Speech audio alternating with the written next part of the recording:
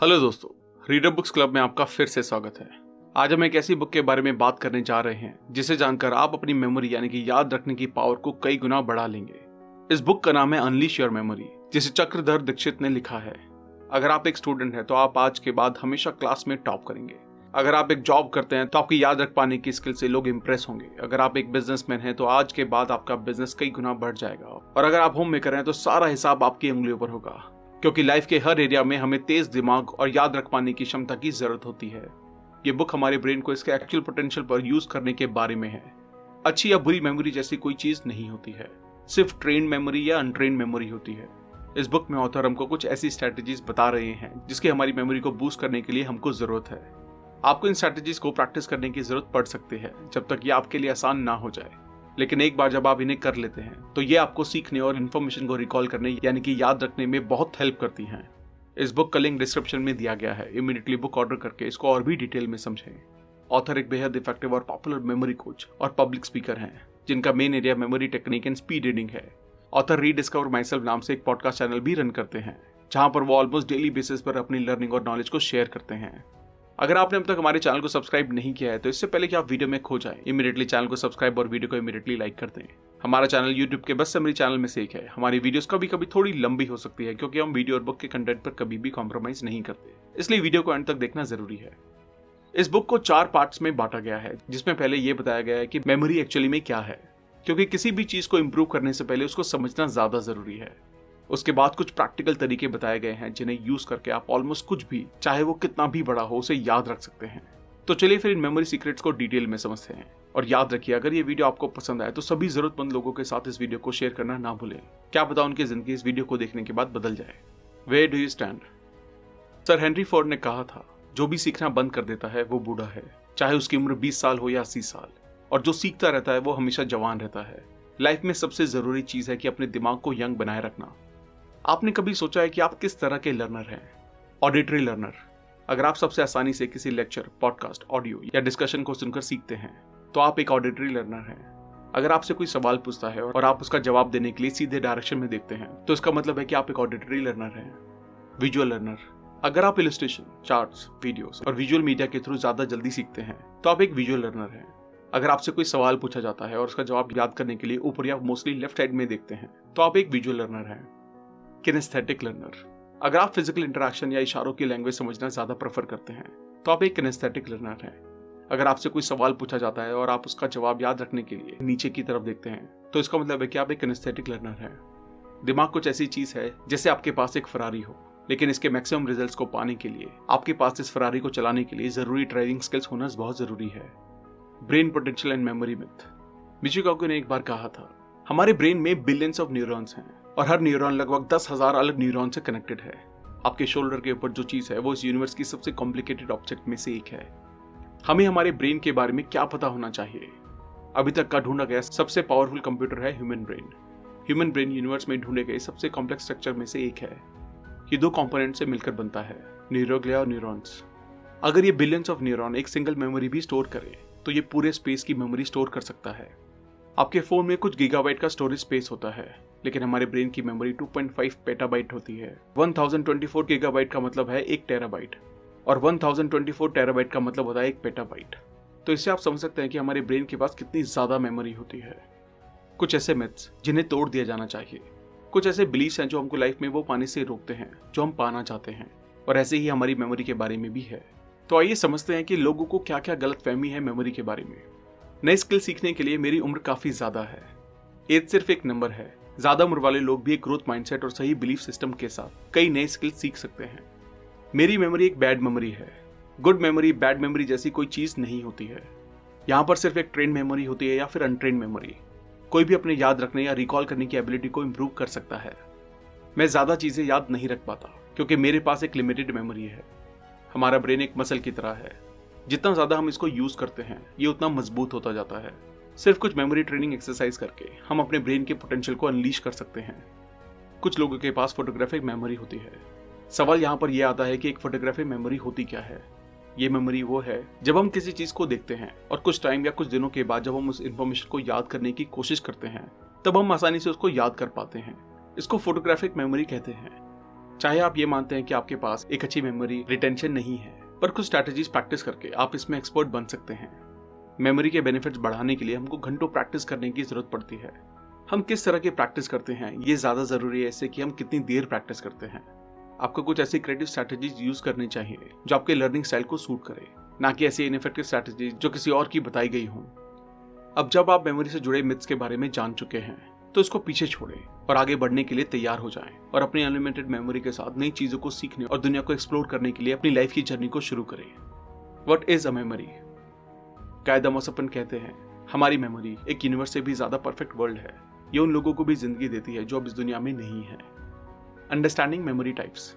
Memory का मतलब होता है जानकारी को वक्त के साथ याद रखना। मेमोरी कुछ टाइप की होती हैं। सेंसरी मेमोरी, अगर एक प्रिंट की हुई लाइन आपके सामने मान लो 1 सेकंड के 12वें हिस्से में फ्लैश की जाए, एक ब्रीफ मोमेंट के लिए आप सारे लेटर एक बार में देख पाएंगे। उसके बाद प्रेजेंटेशन आपकी मेमोरी में बची हुई रहती है। यह विजुअलाइजेशन 1 सेकंड में गायब हो जाती है। इसको सेंसरी मेमोरी कहा जाता है। शॉर्ट टर्म मेमोरी, जिसे वर्किंग मेमोरी भी कहा जाता है।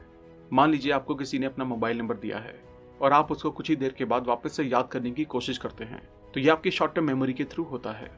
लॉन्ग टर्म मेमोरी, ये मेमोरी कुछ मिनट से लेकर कई हफ्ते और कई सालों तक बनी रहती है। ये बुक इसी तरह की मेमोरी के बारे में है। जब कुछ शॉर्ट टर्म मेमोरी से ट्रांसफर होकर लॉन्ग टर्म मेमोरी में जाता है, ये सब अटेंशन, इंटरेस्ट और मेथड के साथ होता है जो हम हमारे ब्रेन की मेमोरी में रजिस्टर करते हैं। हमारी सराउंडिंग से ली जाने वाली इन्फॉर्मेशन के टाइप्स के ऊपर हमारे ब्रेन में ये मेमोरीज फॉर्म होती हैं। सिमेंटिक मेमोरी, ये हमारे दिमाग में रजिस्टर होती है। ज्यादातर जो हम एकेडमिक या स्टडीज नेचर की वजह से पढ़ाई करते हैं, या जो बुक्स पढ़ते हैं, या फिर जो डिफरेंट सोर्सेज से हम डेटा कलेक्ट करते हैं। एपिसोडिक मेमोरी, हम पिछले समर्स में कहाँ थे, हम ऑफिस में या क्लास में क्या किया करते थे। इस तरह की मेमोरी बेसिकली ये पर्सनल मेमोरी है। ये सिर्फ हमारे बारे में है। प्रोसीजरल मेमोरी, ये मेमोरी हमारी सीखे जाने वाले स्किल्स और इंटरेस्ट की वजह से बनती है, जैसे गिटार बजाना, डांस करना, कुकिंग करना या कुछ हॉबीज फॉलो करना। हमारी ब्रेन में मेमोरीज कैसे फॉर्म होती है? हमारी मेमोरी बेसिकली बनती है रजिस्ट्रेशन, स्टोरेज और रिट्रीवल के थ्रू। अब हम इन्हें ब्रीफ में समझते हैं कि ये कैसे काम करता है। रजिस्ट्रेशन का मतलब है हमारे फ्यूचर यूसेज के लिए जो भी सारे अवेलेबल रिसोर्सेज हैं उनसे इन्फॉर्मेशन कलेक्ट करना। ये एक सेंसरी या शॉर्ट टर्म मेमोरी का फॉर्म है और टोटली हमारी अटेंशन, इंटरेस्ट और मोटिवेशन पर डिपेंड करता है। ये इन्फॉर्मेशन या तो परमानेंटली स्टोर हो जाती है या परमानेंटली हमारे सिस्टम से निकाल दी जाती है। एग्जाम्पल के लिए, अगर हमें किसी एक मैन्युफैक्चरिंग प्रोसेस फ्लो को याद करने के लिए कहा जाता है और हमको इस इन्फॉर्मेशन के लिए काफी ज्यादा पे भी किया जाता है, तो हम ज्यादा इन्फॉर्मेशन याद कर पाएंगे क्योंकि हम इसको अपनी फुल अटेंशन देंगे और इसमें काफी इंटरेस्ट भी लेंगे क्योंकि यहाँ पर पैसा मोटिवेशन का काम कर रहा है। लेकिन अगर यही चीज हमको अपने एग्जाम के लिए याद करने को कहा जाए तो हमको इसको याद करने के लिए बहुत बार दोहराना पड़ेगा और इस तरह ये डिसाइड होता है कि ये जो चीज हमने अभी सीखी है कि मेरी लॉन्ग टर्म मेमोरी में जाएगी या नहीं। स्टोरेज हमारा मेंटल फीलिंग सिस्टम है जो ये तय करता है कि हम इन्फॉर्मेशन को याद कर पाएंगे या नहीं। ये वो चीज है जिसमें हम इन्फॉर्मेशन को स्टोर करते हैं और जब भी इसको याद या रिकॉल किया जाता है तब हम इसको फ्यूचर यूज के लिए बाहर निकालते हैं। एग्जाम्पल के लिए, मान लीजिए कि आपको अपने ग्रैंड पेरेंट्स से ज्वेलरी मिली है जो कि लाखों रुपए की है और उन्होंने कहा है कि आपको इसको एकदम संभाल कर रखना है तब तक जब तक आप 20 साल के नहीं हो जाते। अगर आप इसको ठीक से रखेंगे तो आपका माइंड आपके 20th बर्थडे तक इसके क्लू देता रहेगा। लेकिन अगर आप इसको किसी जगह पर छुपा देते हैं और ये कहाँ है इसकी ज्यादा परवाह नहीं करते हैं तो धीरे धीरे आप भूल जाएंगे कि आपने इसको कहाँ रखा था। ये आपका मेंटल फीलिंग सिस्टम डिसाइड करता है कि आप सही वक्त पर डिजायर्ड इन्फॉर्मेशन बाहर निकाल पाएंगे या नहीं। रिट्रीवल, ये फाइनल प्रोसेस है लेकिन ये शुरू के दोनों प्रोसेस पर डिपेंड करता है। अगर आपने पहले के 2 स्टेप रिलीजियसली फॉलो किए हैं तो ये आपको कुछ सुपर पावर दे सकता है। मान लीजिए आपको अपनी कंपनी में सेल्स परफॉर्मेंस के ऊपर एक प्रेजेंटेशन देनी है और जिस पर आपने 1 हफ्ते पहले ही रिसर्च करके इन्फॉर्मेशन कलेक्ट की है और एक well organised power point presentation और एक वीडियो तैयार की है, तो ये हुआ रजिस्ट्रेशन। कम से कम 7 से 8 बार मिरर के सामने, आपके स्पाउस के सामने, फ्रेंड्स और कलीग्स के सामने आपने इसको प्रैक्टिस किया है। ये हुआ स्टोरेज। तो बहुत चांसेस हैं कि आप इसको बहुत एफिशिएंट वे में प्रेजेंट कर पाएंगे और जिससे आपको प्रमोशन मिलेगा जिसके लिए आप सालों से कोशिश कर रहे थे। तो ये हुआ रिट्रीवल। लेकिन सवाल यह है कि हमको मेमोरी ट्रेनिंग की जरूरत ही क्यों है? मेमोरी ट्रेनिंग की जरूरत हर इंसान को है जो अपनी लाइफ को कंट्रोल में रखना चाहता है, जो ऑर्गेनाइज बने रहना चाहता है और एक रियल लाइफ सुपर हीरो बनना चाहता है। Students, corporate employees, entrepreneurs, teachers, coaches, speakers, professionals, doctors, lawyers, chartered accountants, home makers, सभी लोगों को इसकी जरूरत है। मेमोरी रिकॉल को बेहतर बनाने के बेसिक स्टेप्स क्या हो सकते हैं? सबसे पहले तो ये कि मेमोरी ट्रेनिंग एक साइंटिफिक प्रोसेस है, तो जाहिर सी बात है कि कुछ ऐसे रूल्स हैं जिस पर हमको टिके रहना पड़ेगा और एक डेली रूटीन बनाना पड़ेगा जो हमारी सुपर हीरो पावर को बाहर लाने के लिए हमारे लिए वंडर्स क्रिएट कर सके। हमारे ब्रेन को हमारे लिए अमेजिंगली काम करवाने के लिए हमको कुछ हेल्दी हैबिट्स फॉलो करनी पड़ेगी। कुछ हैबिट्स और एट्रीब्यूट्स इस तरह हैं। गुड नरिशमेंट्स, हमें कुछ सही फूड अपनी डाइट में इंट्रोड्यूस करने होंगे, जैसे avocado, broccoli, blueberries, extra virgin olive oil, eggs, green leafy vegetables, salmon fish, turmeric, walnuts, dark chocolates. हमारे ब्रेन की बेहतर फंक्शनिंग के लिए ये ऐसे 10 ब्रेन फूड्स हैं जिन्हें हमको अपनी डाइट में शामिल करना चाहिए। Getting rid of negative thoughts, बुरे थॉट से छुटकारा पाएं। नेगेटिव थॉट्स हमारे ब्रेन की सोचने और मेमोरी को फॉर्म करने की एबिलिटी को हर्ट करती हैं। इससे डिमेंशिया यानी कि पागलपन का खतरा भी बढ़ जाता है। बेसिकली नेगेटिव थिंकिंग हमारे ब्रेन के रिसोर्सेज को सुखा देती है, इसलिए हमको नेगेटिव थॉट्स को हर कीमत पर अवॉइड करना चाहिए और हमारे ब्रेन को पॉजिटिवली सोचने के लिए ट्रेन करना चाहिए। और ये काम हम कर सकते हैं सही कंटेंट सुनकर, जैसे पॉडकास्ट और लेक्चर सुनकर, मेडिटेशन प्रैक्टिस करके, ताकि आप अपने थॉट्स के ऊपर बेहतर कंट्रोल पा सकें। रेगुलर एक्सरसाइज, ये हमारी हार्ट रेट बढ़ाती है, जिससे हमारे ब्रेन को ज्यादा ऑक्सीजन मिल पाती है। हफ्ते में 3 दिन 45 मिनट की एक्सरसाइज आपके ब्रेन में ऑक्सीजन का वॉल्यूम बढ़ा सकती है। ब्रेन न्यूट्रिएंट्स, हमें हमारे ब्रेन की हेल्थ के लिए रेगुलर मेडिकल एडवाइस लेनी चाहिए और ऐसे सप्लीमेंट अपनी डाइट में ऐड करने चाहिए जो हमारे डाइट से मिसिंग है। Keeping in company of positive peoples and groups, positive लोगों और पॉजिटिव ग्रुप्स के बीच में रहें। पॉजिटिव लोगों के साथ रहना और अच्छी बुक पढ़ना आपके ब्रेन को खुश रखता है और आपके नर्व कनेक्शन की ग्रोथ बढ़ाकर ब्रेन की ग्रोथ को स्टिमुलेट भी करता है। क्लीन एंड हाइजीनिक एनवायरनमेंट, अपनी सराउंडिंग्स को क्लीन रखना आपको एक फेलियर के बाद ज्यादा ऑप्टिमिस्टिक रहने में मदद करता है। आपको चैलेंजेस और टास्क लेते समय रिफ्रेश रहने में और एक पॉजिटिव आउटलुक देने में भी मदद करता है। एप्रोप्रिएट स्लीप, नींद उन टॉक्सिन्स को बाहर निकालकर हमारे ब्रेन को हेल्दी रखती है जो पूरे दिन भर में हमारे दिमाग में इकट्ठे हो गए हैं। तो आप एक बेहतर ब्राइटर ब्रेन के लिए कम से कम 7 घंटे की नींद लें। Protect your brain, risky sport जैसे कि बंजिंग जंपिंग, बॉक्सिंग, केव डाइविंग, स्कूबा डाइविंग और माउंटेन बाइकिंग को अवॉइड करना। लर्निंग न्यू स्किल्स, कोई नई स्किल सीखना हमारे ब्रेन के अंदर के नेटवर्क को मजबूत करता है और कुछ लोगों में डिमेंशिया के सिम्टम्स को भी कम कर सकता है। Managing stress, stress brain cell को मार सकता है और ब्रेन के साइज को कम कर सकता है। अगर स्ट्रेस को ज्यादा ही है तो ये आपके प्रीफ्रंटल कॉर्टेक्स को भी श्रिंक कर सकता है। हमारी सर्वाइवल इंस्टिंक्ट की वजह से ये मेमोरी और लर्निंग की एबिलिटी को भी कम कर सकता है। Different memory recall methods and it's practical use in daily life. Craig D Lounsberg ने कहा था, जिस चीज को भूलने में हम सालों लगा देते हैं, कभी कभी सिर्फ एक सिंपल थॉट हमें उसे याद दिलाने में मदद करती हैं। Different memory recall methods. Competitive memoriser claim करते हैं कि विजुअलाइजेशन टेक्निक और मेमोरी ट्रिक को यूज करके वो जानकारी को काफी बड़ी मात्रा में याद रख पाते हैं। यूनिवर्सिटी ऑफ नॉर्थ कैरोलिना के एक लर्निंग सेंटर की चैपल्स हिल्स रिसर्च बताती है, ऐसे स्टूडेंट जो मेमोरी ट्रिक का यूज करते हैं वो बेहतर परफॉर्म करते हैं। मेमोरी ट्रिक्स आपकी वर्किंग मेमोरी को बढ़ाती है और आपको लॉन्ग टर्म मेमोरी का ज्यादा एक्सेस देती है। यहाँ पर हम कुछ ऐसी टेक्निक के बारे में बात करने वाले हैं जो आपको शुरू में थोड़ी सी अजीब लग सकती हैं और डेवलप होने में कुछ टाइम ले सकती हैं। जितनी आप प्रैक्टिस करेंगे आपके लिए उतनी आसान और नेचुरल होती जाएंगी। आपको याद रखने की सारी टेक्निक यूज करने की जरूरत नहीं है। कुछ के साथ एक्सपेरिमेंट करें और देखें कि आपके लिए कौन सी टेक्निक बेहतर काम करती है। एसोसिएशन एंड पेग मेथड, इस टेक्निक के 2 पार्ट हैं। पहला है एसोसिएशन और दूसरा है उस एसोसिएशन को यूज करके इन्फॉर्मेशन को पैक करना। हमारा दिमाग एक अलमीरा की तरह है। हमारे पास एक टाई है और हम इसको कहीं टांगना चाहते हैं। आप इसको कैसे करेंगे? हम इसको लेंगे और एक हैंगर या हुक के पास ले जाएंगे और वहां पर इसको हुक में लटका देंगे। हमारा माइंड भी ठीक ऐसे ही काम करता है। जब आप इसको कोई इन्फॉर्मेशन देते हैं, आप कुछ पढ़ रहे हैं, कुछ सुन रहे हैं, लेकिन जब आप फास्ट और स्ट्रेट पढ़ते हैं और जितना फास्ट आप पढ़ते हैं, सुनते हैं, उतना ही फास्ट ये आपकी मेमोरी से बाहर भी आ जाता है। तो उसका क्या सॉल्यूशन है कि हम इसको याद रख सकें? आपको जरूरत है एक हुक की, जिसका मतलब है इसको एक पुरानी इन्फॉर्मेशन के साथ अटैच करना। जितना एफिशिएंटली आप इसको पुरानी इन्फॉर्मेशन के साथ अटैच कर पाएंगे, उतना बेहतर आप इसे रिकॉल कर पाएंगे। तो यहाँ पर यह दिखाया गया है कि आप इसको कैसे यूज कर सकते हैं। सबसे पहले आपको नंबर के साथ एसोसिएट करना पड़ेगा, किसी भी पर्टिकुलर चीज को या जानवर को या फिर किसी और चीज को। यहाँ पर कुछ एग्जाम्पल्स हैं। 1 को आप एसोसिएट कर सकते हैं हैरी पॉटर की मैजिक स्टिक के साथ। नंबर 2 को आप एसोसिएट कर सकते हैं एक बत्तख के साथ, क्योंकि ये बत्तख जैसा दिखता है। नंबर 3 को आप एसोसिएट कर सकते हैं एक ट्राइडेंट, एक त्रिशूल के साथ। चेयर के 4 लेग्स होते हैं, तो आप नंबर 4 को चेयर के साथ एसोसिएट कर सकते हैं। इसी तरह नंबर 5 को एक स्टार के साथ, नंबर 6 को एक हाथी की सूंड के साथ, और इसी तरह एक लिस्ट बना सकते हैं। अब यहाँ पर पैकिंग वाला पार्ट आता है। अब मान लीजिए कि आप यूपीएससी की तैयारी कर रहे हैं और फिलहाल आप कॉन्स्टिट्यूशन पढ़ रहे हैं। आप आर्टिकल 3 पढ़ रहे हैं जो कि मिनिस्टर्स की शपथ लेने के ऊपर है। अब आपको एक मेंटल इमेज फॉर्म करनी है जिसमें करप्ट मिनिस्टर शपथ ले रहा है कि वो देश की सेवा करेगा, लेकिन क्योंकि आप जानते हैं कि वो करप्ट है तो आप अपने हाथ में उसके पीछे एक त्रिशूल लेकर भाग रहे हैं, क्योंकि ये नंबर 3 के साथ एसोसिएटेड है। अपनी मेंटल इमेज को ज्यादा से ज्यादा कलरफुल और फनी बनाएं। जितना कलरफुल और फनी ये होगा उतना ही आप इसको आसानी से रिकॉल कर पाएंगे। चेन लिंकिंग मेथड, इस मेथड को पॉइंट याद रखने के लिए यूज किया जाता है, क्योंकि जब हम पढ़ाई करते हैं तो हम इसे ज़्यादातर वर्बली याद करने की कोशिश करते हैं, लेकिन हमारा माइंड इस तरह डिज़ाइन हुआ है कि हम पिक्चर्स के थ्रू बेहतर याद कर सकते हैं। यहाँ पर एक चैलेंज है, इन वर्ड्स को याद रखने की कोशिश करें। Moon, car, Shahrukh Khan, tablet, lion, rocket, ball, motorcycle, Robert, chair. अब उनके नाम वापस से रिकॉल करने की कोशिश करें। आप मुश्किल से कुछ ही नाम याद कर पा रहे होंगे। अब इन सभी वर्ड्स को एक स्टोरी के साथ लिंक करके देखते हैं।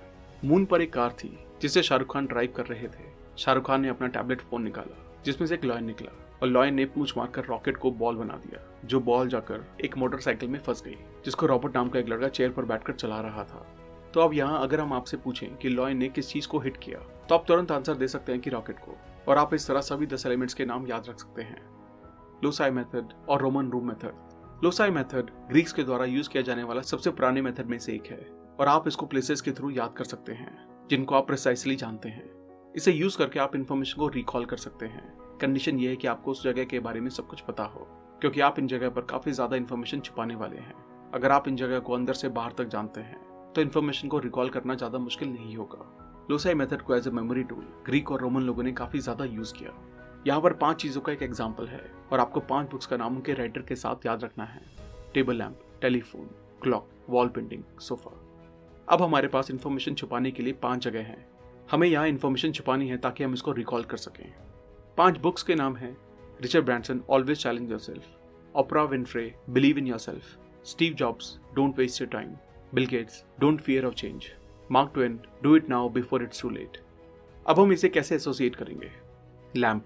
रिचर्ड ब्रैंसन आपके लैंप पर बैठे हैं और आपको आपके एक्सट्रीम टेक चैलेंज के प्रोजेक्ट पर अच्छे से काम करने को चैलेंज करते हुए कहते हैं ऑलवेज चैलेंज योरसेल्फ। टेलीफोन। आपको ओपरा का कॉल आया है और वो आपको अपने शो पर इनवाइट कर रही हैं, पर आप घबराए हुए हैं और वो आपको कह रही हैं believe in yourself. Clock. Steve jobs आपकी घड़ी से बाहर निकलते हैं और आपको एक आईपैड देकर कह रहे हैं don't waste your time. Wall painting. आप बिल गेट्स को एक पेंटिंग देने का प्लान कर रहे हैं, लेकिन आपको कलर में गलती नजर आ जाती है, तो बिल गेट्स आपसे कहते हैं don't fear of change. Sofa. आप अपने सोफा पर बैठे हैं और मार्क ट्वेन की लिखी हुई किताब पढ़ रहे हैं, जिसमें वो आपसे कह रहे हैं do it now before it's too late. ये सिर्फ एक एग्जाम्पल के लिए था। आप इसमें काफ़ी चीज़ें जोड़ सकते हैं और इनको उस इन्फॉर्मेशन के साथ अटैच कर सकते हैं जिसे आप याद रखना चाहते हैं। Number sound method. इस मेथड को एक पर्टिकुलर साउंड के साथ किया जा सकता है। आपके bank account, ATM pin, house number या फ्रेंड या रिलेटिव के नंबर को या किसी मेमोरी चैंपियनशिप के लिए बड़े डिजिट को याद रखने के लिए इसको यूज किया जाता है, जिसमें एक टाइम पर कई सारे नंबर याद रखने की जरूरत पड़ती है। ये बेसिकली 0 से 9 तक के नंबर्स का सिमिलर हिंदी अल्फाबेट्स के साउंड के साथ एसोसिएशन के ऊपर बेस्ड होता है। एक बार आप इसको सीख लेंगे, ये आपको काफी इजी लगेगा। 0 सा जा, 1 टा डा, 2 ना, 3 मा, 4 रा, 5 ला, 6 छा शा जा, 7 का गा, 8 फा वा, 9 पा बा। इस मेथड में कुछ रूल्स इन्वॉल्व हैं। इस मेथड में 17 इंग्लिश लेटर यूज किए गए हैं। Q, W, X, Y इसमें यूज नहीं आते हैं। Vowels A, E, I, O, U इन सब की कोई वैल्यू नहीं होती है। ये सिर्फ फिलर्स का काम करते हैं। कोई भी लेटर जो 2 बार आ रहा हो वो सिंगल वैल्यू ही काउंट होगा। एग्जाम्पल के लिए हमें एक डिजिट याद करने की जरूरत है। 7 2 0 3 2 8 5 0 8 4 5 2 3 7 2 1, जिसको याद करना आपके लिए काफी मुश्किल होने वाला है। तो यहाँ पर हम एक मेथड का यूज कर सकते हैं। इस नंबर से आप एक स्टेटमेंट बना सकते हैं, I can see money flows freely in my account, और इसके बाद आप इस नंबर को कभी नहीं भूलेंगे। अब यहाँ स्टार्ट में आई है जो एक वोवल है जिसकी कोई वैल्यू नहीं है। ये सिर्फ एक फिलर का काम कर रहा है। कैन में का और ना के साउंड शामिल हैं, तो ये हुआ 72। सी में एस जो कि 0 है क्योंकि ई वोवल है, तो ये हुआ 0। मनी इसमें मा और ना है जिससे बनता है 32। फ्लोज में फा, ला और सा शामिल हुआ जो मिलकर बनता है 850। फ्रीली में फा, रा और ला शामिल है, तो ये हुआ 845। आई होप आपको एक आइडिया लग चुका है। Mnemonic method. हमारे ब्रेन में 2 पार्ट होते हैं। जो इन्फॉर्मेशन हमारे ब्रेन की लेफ्ट पार्ट में स्टोर होती है वो थोड़े समय बाद ही गायब हो जाती है। हमारे ब्रेन की राइट साइड में जो डाटा स्टोर होता है वो इमेजेस और राइम्स के रूप में होता है। एग्जाम्पल के लिए याद कीजिए, जब आप साइकिल चलाना सीख रहे थे तो पहले ही दिन जब आप गिरे और आपने खुद को चोट लगा ली थी। अब आप बड़े हो चुके हैं, पर क्या आप रियलाइज कर सकते हैं कि आपको वो इमेज तो याद है जब आप गिरे थे, पर आपको वो तारीख याद नहीं है जब ये सब हुआ था। उसी तरह आपको गाने की धुन याद है जिनको आपने कभी याद करने की कोशिश भी नहीं की, क्योंकि इस तरह की इन्फॉर्मेशन हमारे ब्रेन की राइट साइड में स्टोर होती है। जब आप एक इमेज देखते हैं तो ये आपके ब्रेन में काफी लंबे समय तक स्टोर रहती है, चाहे ये अच्छी हो या बुरी हो। वही तरीका हम यहाँ पर यूज करने वाले हैं। हमें नंबर्स और उनके साथ एसोसिएट किए जाने वाले लेटर्स याद रखने हैं। 0 SZ, 1 TD, 2 N, 3 M, 4 R, 5 L, 6 GJ, 7 KC, 8 VF, 9 PB। अब आप मान लीजिए कि आपको भारत के कॉन्स्टिट्यूशन में प्रेसिडेंट के बारे में सीखना है, तो यहाँ पर पहला क्वेश्चन ये है, किस आर्टिकल में आपको इंडिया के प्रेसिडेंट के बारे में बेसिक इन्फॉर्मेशन मिलेगी? किस आर्टिकल में प्रेसिडेंट के काम और पावर्स की डिटेल दी गई है? कौन सा आर्टिकल प्रेसिडेंट के इलेक्शन के बारे में है? कौन सा आर्टिकल में हमको प्रेसिडेंट को सिलेक्ट करने का प्रोसीजर पता चलता है? तो यहाँ पर इमेज के ऊपर बेस्ड आंसर है। हमारे प्रेसिडेंट एक लॉयन है जिनको हम सभी सलाम करते हैं, उनको लॉयर इलेक्ट करते हैं और वो काफी लॉयल इंसान है।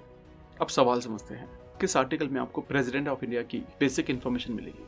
इसका जवाब है लॉयन, जिसमें I और O सिर्फ फिलर्स हैं। सो इसका जवाब हुआ L5N2 यानी कि 52। किस आर्टिकल में प्रेसिडेंट के काम और पावर्स की डिटेल्स दी गई हैं? और इसका आंसर है सलाम। जहां A फिलर है तो S हुआ 0, L हुआ 5, M हुआ 3, तो आंसर हुआ 053, आर्टिकल 53। कौन सा आर्टिकल प्रेसिडेंट के इलेक्शन के बारे में है? आंसर है लॉयर, L5R4, तो इसका आंसर हुआ 54। कौन से आर्टिकल में हमको प्रेसिडेंट को सिलेक्ट करने का प्रोसीजर पता चलता है? आंसर है लॉयल, L5, इसका आंसर हुआ 55। आपको एक क्वेश्चन की सीरीज के लिए एक स्टोरी बनानी है। इमेज ऑटोमेटिकली बनेगी और जब आप इसे रिकॉल करेंगे सभी आंसर्स ऑटोमेटिकली आपके फिंगर टिप्स पर होंगे। थैंक यू दोस्तों, आई होप ये वीडियो आपको पसंद आई होगी। हमने इस वीडियो में बुक्स के मैक्सिमम पॉइंट्स को कवर किया है, पर इस बुक में इतनी छोटी छोटी बारीकियां दी हुई हैं कि उन्हें बुक से ही पढ़ा जा सकता है। तो अगर आपको ये वीडियो अच्छी लगे तो इमीडिएटली इस बुक को ऑर्डर करके इसको और भी डिटेल में समझें। और अगर आपको इस किताब से लेकर या मेमोरी से लेकर कोई भी सवाल है तो आप इस बुक के ऑथर के साथ भी कॉन्टैक्ट कर सकते हैं। सभी लिंक्स और डिटेल्स को डिस्क्रिप्शन में दिया गया है। अगर आपने अब तक हमारे चैनल को सब्सक्राइब नहीं किया तो इमीडिएटली चैनल को सब्सक्राइब करें और वीडियो को लाइक और कमेंट भी कर दें। इससे हमारा मोटिवेशन कंसिस्टेंटली बढ़ता है। आप हमें हमारे इंस्टाग्राम, फेसबुक, टेलीग्राम और ट्विटर पर भी फॉलो करें। अगर आप हमसे कोलैबोरेशन या प्रमोशन में हेल्प लेना चाहते हैं तो हमें ईमेल करें। अगर आपको लगता है ये वीडियो दूसरों को भी लाइफ में हेल्प कर सकती है तो सबके साथ इसे शेयर भी करें। जल्दी मिलेंगे और भी बेहतर वीडियो के साथ। Thank you so much.